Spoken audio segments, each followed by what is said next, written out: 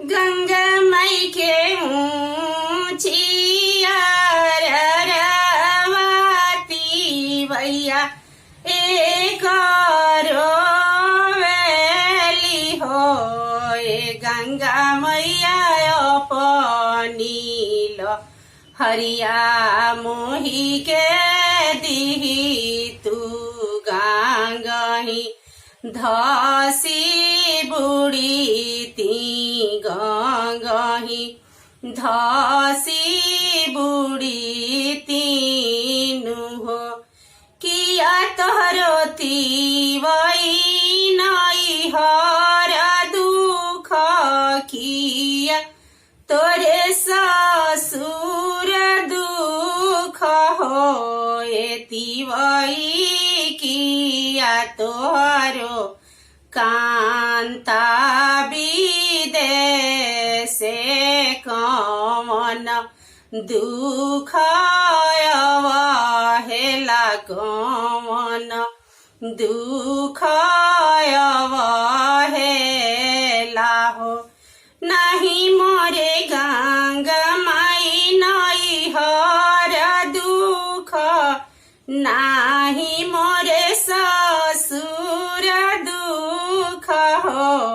ए गंगा मैया नाही मोरे कांता विदेशे कोखिया दुख अवहेला कोखिया दुख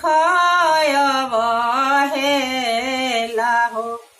सबको के देलू गंगा मैया 10 5 मिली घवध फल हो।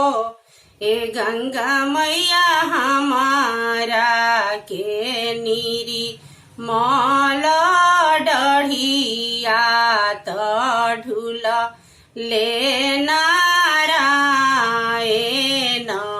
ढूल ले नारायण हो।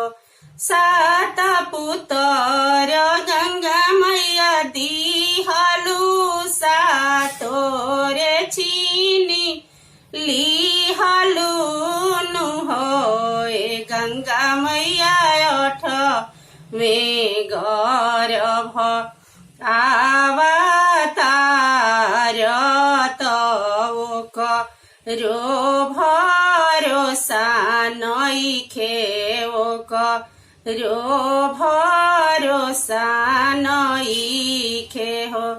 चुप रहे तिवई चुप रह पटो रमनी लोर पोछ हो। ए तिवई अपनी बलक हम मारबी तोहे के जुड़वाई भी तोहे के जुड़वाई भी हो। ए तिवई अपनी बलक हम मारबी तोहे के जुड़वाई भी तोहे के जुड़वाई भी हो। जय गंगा मैया।